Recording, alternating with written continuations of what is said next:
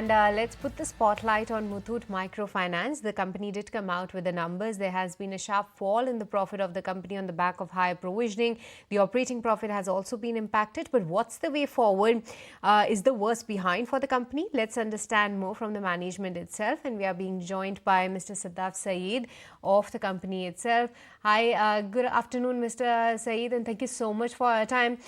We will definitely talk about your numbers, Mr. Sayeed, but first up, help us with your take on the recent RBI rate cut announcement. How do you see this impacting your industry, your company, as well as will the company now go ahead and take some cuts in your loan rates, and by when can they happen? Yeah, good afternoon, everyone. Thank you very much for having me here. I think we welcome the policy of the rate cut. Definitely, it will help the economy to recover and promote GDP growth. From a lender's perspective, we think that this will make our loans more affordable. Definitely, the clients will get the benefit. We adopt a policy where any incremental reduction in cost of fund, we pass it on to our borrower. So that's the strategy that we are adopting. Definitely, as and when this 25 bips transmits to us and banks lend to us at a lower rate, we will pass on this benefit to our borrower. I think that will be definitely good in the current circumstances because this will make the loans a lot more affordable for our borrower. And currently, if MFIs are dealing with the challenge of over lending and over leveraging, I think this will definitely help customers to reduce their obligation and repay better. And I think overall, I think the numbers that the governor has uh, talked about are quite positive in terms of inflation. Also, RBI is guiding towards a forecast of 4.2% inflation. This was one of the issues which was hampering the microfinance vertical because food inflation was quite high, and because of which the affordability of the installment or repayment of the installment was becoming difficult because food is an item which at the bottom of the pyramid people cannot compromise on. So I think overall, if inflation eases down, the interest rate reduces, the obligation of the repayment installment, then of course, I think at the bottom of the pyramid, the households will benefit. They will have more cash in hand and they will be able to repay the installment better. So we welcome this move. Welcome move is what you're making of the RBI policy. Now let's focus on your quarter three numbers, Mr. Saeed.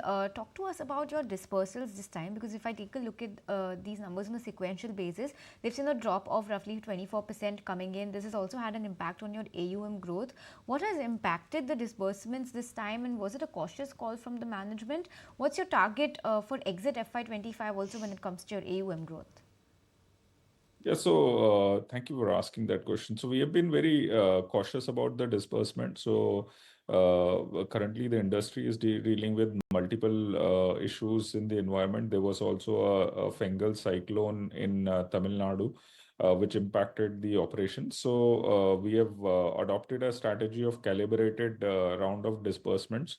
So for the quarter, we had 2,035 crores of disbursements, which were around 21% lesser year on year, around 24% lesser quarter on quarter. We feel that in the current environment, it is a right strategy to adopt to disburse cautiously and ensure that you don't lend money aggressively in the environment where there is higher delinquency. As a result, of course, the AUM has come down marginally.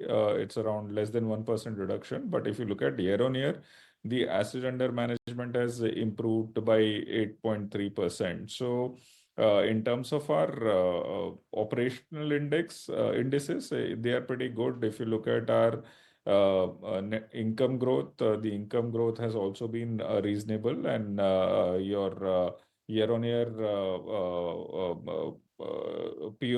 PPOP has also been quite good. We have a 43% increase in the PPOP in terms of year-on-year and around 24% increase in income.